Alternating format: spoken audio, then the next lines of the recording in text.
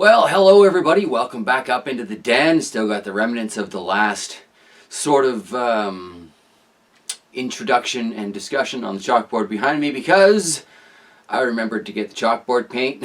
I forgot to get one of those chalkboard eraser brushes. So, you know, that happens. Today, I was hoping the gentleman I'm going to introduce to you will be somewhat less controversial than I experienced with the Alan Savory thing. Now, like I was saying yesterday in the live chat, and I want to say a huge thank you to those of you who joined me in the live chat, in particular to Eric Hale, who I hope you're all subbed to, for actually being an active contributor in the chat. I would really like it if you guys would go out this week, check out a couple of the videos that I've got. I'm going to put them up on either side at the end of this video, so if you're tired of hearing me already, just click to the end, click one of these boxes, and you'll know who I want to talk about.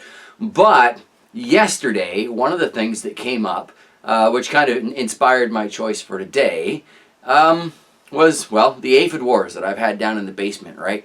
And the fact that there are some 1,700 other bugs out there that would happily eat those aphids and garden pests that I normally deal with if I were growing in a more natural situation than, say, my basement. Out in the wide world, where there are diverse crops and diverse plants and all kinds of things, these bugs they're everywhere. And I think in general, we humans think of pretty much all insects as pests without ever really classifying them to find out what they actually do. And there are very limited numbers of people that go out into a career to classify insects. It's a fun word. Say it with me. Entomology. The study of insect life. Entomology. And entomologists are people who study insect life.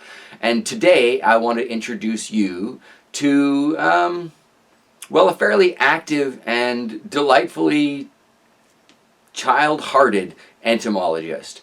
He has been very active, as I was saying, in the regenerative agricultural community, and I mentioned him yesterday in the chat. So for those of you who weren't here for that, the name is Dr. Jonathan Lundgren, and I will post videos, like I said, on either side of my head at the end of this, which is probably not too far away because this is, after all, just an introduction video.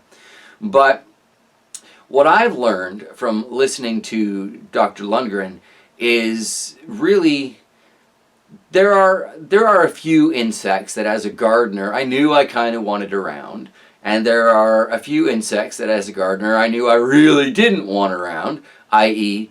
my aphid farming days with the peppers downstairs in the basement. But did you know that there is a parasitic wasp out there for like basically every single species of insect? So anything that could possibly be trying to trash your garden or your crop, same idea, just bigger scale, this sucker's out there looking for it. It's the ideal food source for this poor thing.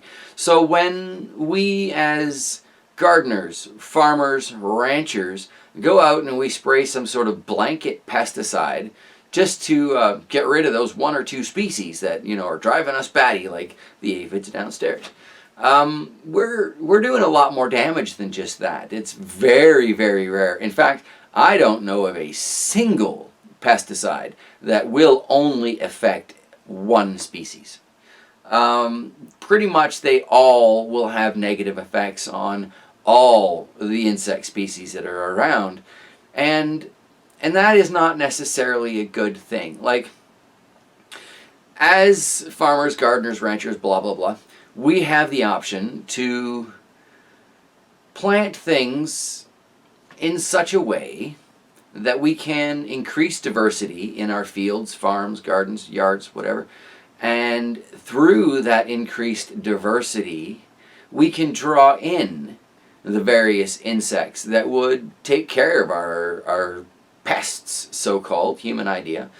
And they will be more than happy to do it. They'll come in, they'll develop great numbers, they'll keep everything nice and clean, and we won't have a problem with these things destroying our food crops, our hopes for the winter, we're filling up the root cellar. All of these things, go through our heads when we're like, oh, geez, what am I going to do? They're destroying my crop. Quite often you'll find that's happening in a monoculture type situation. Take, again, my pepper garden in the basement. Now, there were a couple of things going wrong with that because, well, it's in the basement, so it's pretty hard for most insects to get in there, although I do have wasps and certain types of bumblebees that seem to find their way in there easy enough, so this tells me I've got a hole somewhere to block. But out in the wild, they can get to it easy enough, and if you've got the various little plants that are going to attract these things, and they're going to go and they're going to wipe out the things that are going to destroy the plants that you're trying to grow and actually harvest, this is a good thing. How could this be a bad thing? Nature has solved nature's problems for billions of years. In fact, I don't think nature really considers anything to be a problem other than maybe bare soil. And nature doesn't dig on bare soil. So she covers it up as fast as she can, right? She'll throw weeds up there and all kinds of stuff. Again, our tendency is to kill off the weeds. Quite often, people will spray to do that, which is not good. But we'll get into that in another video. But when we've got the diversity there, and we've got the diverse collection of insect life there, we're not going to need to worry anywhere near as much about, all these pests. And I'm going to get back to Eric here, because one of the comments that he made in yesterday's live chat was that he hasn't sprayed pesticides in years, and he really doesn't have any problems.